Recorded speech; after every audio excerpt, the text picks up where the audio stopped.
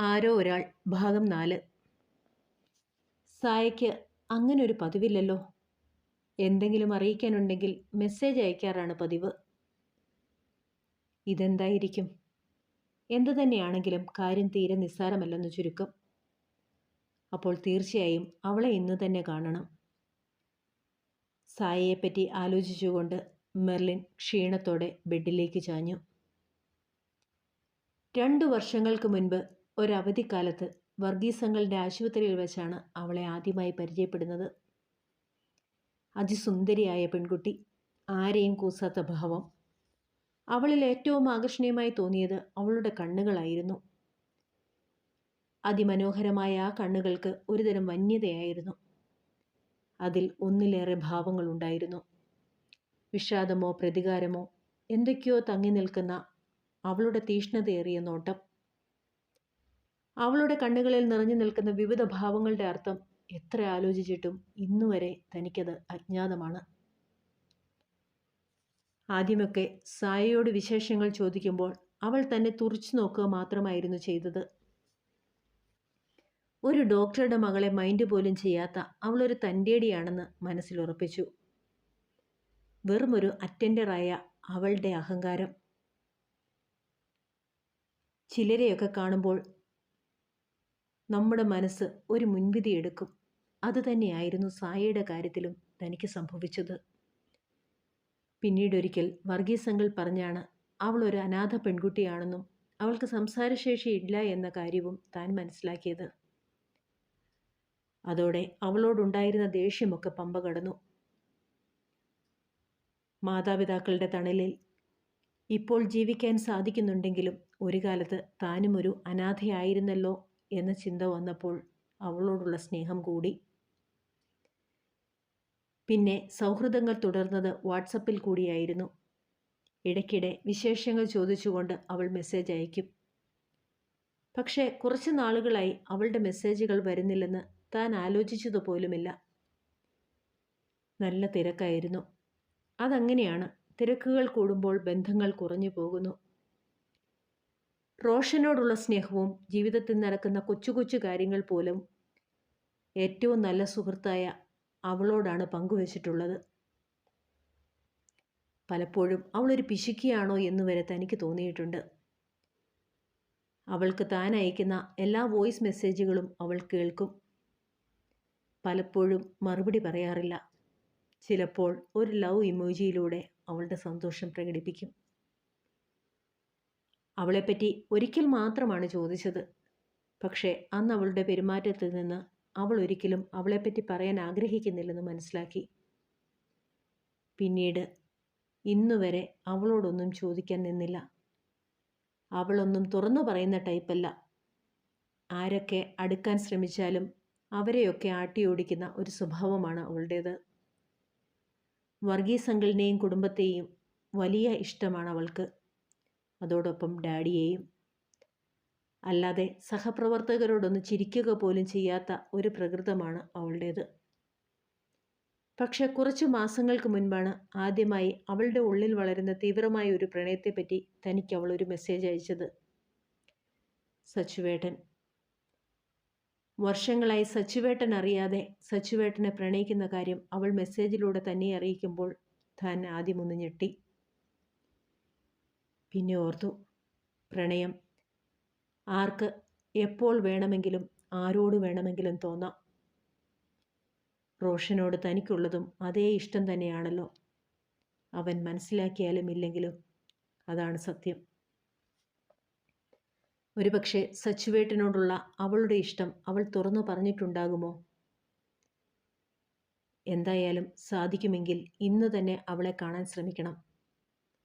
ചെറിയൊരു മയക്കത്തിലേക്ക് പോകുമ്പോൾ Merlin തീരുമാനിച്ചുറപ്പിച്ചിരുന്നു. Mummy, ഞാനൊന്ന് ഹോസ്പിറ്റലിൽ പോയിട്ട് വരാം. സായിയെ കാണണം. 4 മണിയായപ്പോൾ റെഡിയായി പുറത്തേക്കിറങ്ങുമ്പോൾ അവൾ ഉറക്കെ വിളിച്ചു പറഞ്ഞു. മറുപടിക്ക് കാത്തു നിൽക്കാതെ വണ്ടിയെടുത്ത് ഹോസ്പിറ്റൽ ലക്ഷ്യമാക്കി. ചെറുപ്പം മുതൽ കാണുന്ന ആശുപത്രിയാണ്. അതിൻ്റെ മുക്കും മൂലയുമെല്ലാം തനിക്ക് സുപരിചിതവും. ഏറ്റവും താഴത്തെ ഫ്ലോർ മോർച്ചറിയാണ്. ബാക്കി എല്ലായിടത്തും ഒന്ന് കയറി ഇറങ്ങി. പക്ഷേ ഒരിടത്തും സായയെ കാണാൻ സാധിച്ചില്ല. എന്നാൽ പിന്നെ സായ താമസിക്കുന്ന സ്ഥലത്ത് പോയി നോക്കാമെന്ന് കരുതി തിരികെ വണ്ടിയിലേക്ക് കയറാൻ തുടങ്ങുമ്പോഴാണ് പുറകിൽ നിന്നും റോഷൻ്റെ വിളി വന്നത്. ഡോ, താൻ വീട്ടിലേക്കാണോ? ഞാനും വരുന്നുണ്ട്. സത്യത്തിൽ താൻ പോകാൻ തീരുമാനിച്ചത് വീട്ടിലേക്കല്ല, സായിയെ കാണാനാണ്. പക്ഷേ ഈ കാട്ടുകോഴിയെ അങ്ങനെ വിടാനും പറ്റില്ല. എന്തെങ്കിലും ഒരു സാധ്യതയുണ്ടെങ്കിൽ ഇടിച്ചു കുത്തി കയറണം. മറുപടി പറയാതെ ആ ചിന്തയോടെ മെർലിൻ റോഷനെ തന്നെ നോക്കിയിരുന്നു. എടോ, വായ അടച്ചിട്ട് വണ്ടി എടുക്ക്. അന്തം വിട്ട് കുന്തം വിഴുങ്ങിയിരിക്കുന്ന മെർലിൻ്റെ ചുണ്ടുകൾ 2 വിരലുകൾ കൊണ്ടടച്ച് റോഷൻ ഒരു കുസൃതി ചിരിയോടെ പറഞ്ഞു.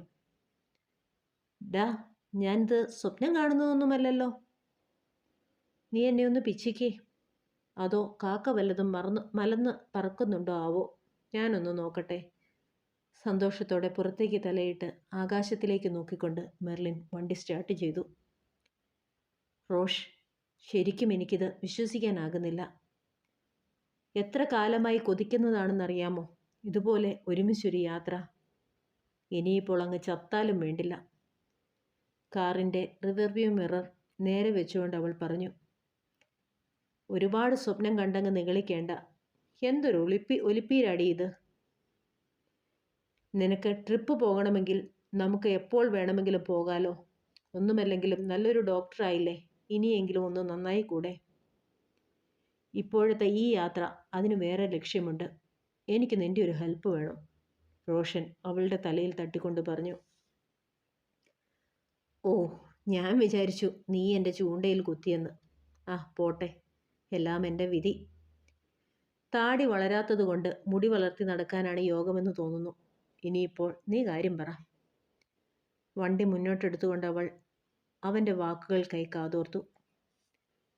അയ്യേ, ഞാൻ നിന്റെ ചൂണ്ടയിൽ കുത്താനോ? നല്ലൊന്നാന്തരം പെങ്കൊച്ചുങ്ങൾ എനിക്ക് ചുറ്റും വട്ടമിട്ട് പറക്കുന്നുണ്ട്. അപ്പോഴാ നിന്റെ ഈ അവിഞ്ഞ മോന്തയും കൊണ്ട് ഒരു വരവ്. ആ, അതൊക്കെ പോട്ടെ, നമുക്കൊരു കാര്യം പ്ലാൻ ചെയ്യാനുണ്ട്. റോഷൻ കുസൃതി ചിരിയോടെ പറഞ്ഞു. അതെന്താ പതിവില്ലാതെ ഒരു പ്ലാൻ? ഇതുവരെ എല്ലാ കാര്യങ്ങളും ഞാൻ ഒറ്റയ്ക്ക് ഡീൽ ചെയ്തിരുന്നതാ. ഇതിപ്പോൾ ചെറിയൊരു പേടി. അപ്പോൾ പിന്നെ ഒരു പരിചയ കൂടി ഇരിക്കട്ടെ എന്ന് വിചാരിച്ചു. അല്ലാതെ എനിക്ക് നിന്നോട് പ്രത്യേകിച്ച് സ്നേഹമൊന്നും തോന്നിയിട്ടല്ല. റോഷൻ പൊട്ടിച്ചിരിയോടെ പറഞ്ഞു. അത് കാള വാല് പൊക്കിയപ്പോൾ തന്നെ എനിക്ക് തോന്നിയിരുന്നു. അപ്പോൾ തല്ലുറപ്പാണല്ലേ? സ്നേഹത്തോടെ അടുത്തുകൂടിയപ്പോൾ ഞാൻ വിചാരിച്ചു നിനക്കെന്നോട് പ്രേമം തോന്നി തുടങ്ങിയെന്ന്. ആ പ്രതീക്ഷയും പോയി. ഇനിയിപ്പോൾ എന്നെ വാട്ടിക്കഴിഞ്ഞെങ്കിൽ നീ കാര്യം പറ. ഒരു വശത്തേക്ക് ചുണ്ടുകൂട്ടി കൊഞ്ഞനം കുത്തിക്കൊണ്ട് അവൾ ചോദിച്ചു. പ്രേമമോ? നിന്നോടോ? അയ്യേ, തമാശ പറയല്ലേടി പെണ്ണെ. It's an important matter. ഇതെങ്ങനെയെങ്കിലും ഡാഡിയോടും മമ്മിയോടും പറയണം. അതിപ്പോൾ എവിടെ തുടങ്ങണം, എങ്ങനെ തുടങ്ങണം, ആ കാര്യത്തിൽ I don't have any idea. Can you stand with me? Roshan, നീ കാര്യം പറ. ഇതിപ്പോൾ സച്ചുവേട്ടൻ്റെ കാര്യത്തിൽ എന്താ ഇത്ര വലിയൊരു തീരുമാനം? എന്തെങ്കിലും അപകടമുണ്ടോ? കാര്യം കേട്ടിട്ട് പറയാം കൂടെ നിൽക്കണോ വേണ്ടയോ എന്ന്. നീയായിരുന്നെങ്കിൽ ഇങ്ങനെയൊരു ചോദ്യത്തിന് പ്രസക്തിയേ ഉണ്ടാകുമായിരുന്നില്ല. കാരണം എവിടെ തൊട്ടാലും അടി കിട്ടുന്ന പണിയല്ലേ നീ ചെയ്യാറുള്ളൂ. ഇതിപ്പോൾ സച്ചുവേട്ടൻ്റേതായതുകൊണ്ട് അവരെ പൂർണ്ണമായും മനസ്സിലാക്കിക്കൊണ്ടായിരുന്നു മെർലിൻ പൊട്ടിച്ചിരിയോടെ അത് പറഞ്ഞത്. എന്തെങ്കിലും അവതരിപ്പിക്കാനുണ്ടെങ്കിൽ അത് സച്ചുവിൻ്റെ കാര്യമായിരിക്കുമെന്ന് അവൾക്ക് ഉറപ്പായിരുന്നു. അയ്യേ, അവിഞ്ഞ കോമഡി. ഈ റോഷൻ വർഗീസിനെ കാണാൻ കൊള്ളാം. അതുകൊണ്ട് ഇടയ്ക്കിടെ ചില പെണ്ണ് കേസുകളൊക്കെ ഉണ്ടാകും. അതിന് നിന്നെപ്പോലെ ഓഞ്ഞ ലുക്കുള്ളവർ അസൂയപ്പെട്ടിട്ട് കാര്യമില്ല. അല്ലെങ്കിലും കണ്ണടച്ച് പാല് കുടിക്കുന്നവരെ ആർക്കും തിരിച്ചറിയാനാകില്ലല്ലോ. അതിനിപ്പോൾ എവിടെയാ പൂച്ചയും പാലുമൊക്കെ? സ്വയം പുകഴ്ത്തൽ നിർത്തിയിട്ട് കാര്യം പറയടോ. ഓ, ഒരു പൂച്ച കണ്ണടച്ച് പാല് കുടിച്ചത് ഞാൻ ഇന്നാ അറിഞ്ഞത്. അതും പോരാഞ്ഞ് ആ പാലിൻ്റെ കാര്യത്തിൽ തീരുമാനമാക്കാൻ ഏർപ്പാടാക്കിയത് ഈ എന്നെയും. ചേട്ടനായി പോയില്ലേ, അല്ലെങ്കിൽ വല്ല പൊട്ടക്കിണറ്റിലും കൊണ്ട് കളയാമായിരുന്നു. അവളുടെ ചോദ്യത്തിന് ഉത്തരമായി റോഷൻ മറുപടി പറഞ്ഞു. മനുഷ്യനെ ടെൻഷൻ അടിപ്പിക്കാതെ നീ കാര്യം പറ, എന്താ ഉണ്ടായത്? എന്നാ മോള് ടെൻഷൻ അടിക്കണ്ട കേട്ടോ, നമ്മുടെ വിശ്വാമിത്രൻ്റെ തപസ്സിളകി. ഏ, സച്ചുവേട്ടൻ്റെയോ? ചോദ്യത്തിനൊപ്പം അവളുടെ കാലുകൾ ബ്രേക്കിൽ അമർന്നു. അപ്പോൾ അതാണ് കാര്യം, സായ പണി പറ്റിച്ചിരിക്കുന്നു. ഡാ, ആരാ ആള്? മെർലിൻ്റെ കണ്ണുകൾ സന്തോഷത്താൽ വിടർന്നു. ഓ, അവിടെയാണ് പ്രശ്നം മോളെ. എന്തോരം ഡോക്ടർമാരുള്ളതാ, പക്ഷേ അങ്ങേരി പ്രേമിക്കാൻ കണ്ടെത്തിയത്. റോഷൻ ഒരു നിമിഷം നിർത്തി. ചെക്ക, നീ ടെൻഷൻ എടുപ്പിക്കാതെ കാര്യം പറ, സായയാണോ ആള്? മെർലിൻ പെട്ടെന്ന് ചോദിച്ചു. ആ, ബെസ്റ്റ്. അതായിരുന്നെങ്കിൽ ഞാൻ ആ ചേട്ടൻ തേണ്ടിയെ എപ്പോ തട്ടിയെന്ന് ചോദിച്ചാൽ മതി. അല്ല, അറിയാൻ വയ്യാത്തതുകൊണ്ട് ചോദിക്കുക. പഠിച്ച് ഡോക്ടേഴ്സ് ആകുമ്പോൾ തലയ്ക്ക് ഓളം തള്ളുവോ? റോഷൻ പൊട്ടിച്ചിരിയോടെ ചോദിച്ചു. അതിന് അവൾക്കെന്താ കുഴപ്പം? കണ്ടാൽ സുന്ദരിയല്ലേ. പിന്നെ സംസാരശേഷി ഇല്ലാത്തത് ഒരു കുറവാണെന്ന് പറയാനാകുമോ? ഈ ലോകത്ത് എന്തോരം ആളുകൾ ഇങ്ങനെയൊക്കെ ജീവിക്കുന്നുണ്ട്, അതും വളരെ സന്തോഷമായിട്ട് തന്നെ. I think Saya is the best solution for my Sachu. അല്ലെങ്കിൽ തന്നെ ആത്മാർത്ഥ സ്നേഹത്തെപ്പറ്റി പറഞ്ഞാൽ മനസ്സിലാകണമെങ്കിൽ ഹൃദയം വേണം. അവസാന വാക്കുകൾ പറയുമ്പോൾ മെർലിൻ്റെ ശബ്ദം വളരെ താഴ്ന്നിരുന്നു. Hey, will you please stop it? I think she is mad. She looks beautiful but something going on. നിനക്കൊരു കാര്യം അറിയോ? ആ പെങ്കൊച്ചിൻ്റെ വട്ട് സഹിക്കാനാവാതെ ഞാൻ അവൾക്കൊരു പണിഷ്മെൻറ്റ് ട്രാൻസ്ഫർ കൊടുത്ത് പ്രൊമോട്ട് ചെയ്തത് കഴിഞ്ഞ ആഴ്ചയാണ്. സത്യത്തിൽ ഇതിനെയൊക്കെ പുറത്താക്കുകയാണ് വേണ്ടത്. പിന്നെ ഡാഡിയുടെയും മമ്മിയുടെയും ഒടുക്കത്തെ സെൻറ്റിമെൻറ്റ്സ്. പണിഷ്മെൻറ്റ് ട്രാൻസ്ഫറോ? എന്തിന്? എവിടേക്ക്? ആ, പണിഷ്മെൻറ്റ് ട്രാൻസ്ഫർ തന്നെ. ആ പെങ്കൊച്ച് സച്ചുവേട്ടൻ്റെ പുറകിൽ നിന്ന് മാറത്തില്ല. ചിലപ്പോഴൊക്കെ എൻ്റെ പുറകെയും വരാറുണ്ട്. ഞങ്ങളത് പലപ്പോഴും കണ്ടില്ലെന്ന് നടിക്കുകയാണ് ചെയ്തത്.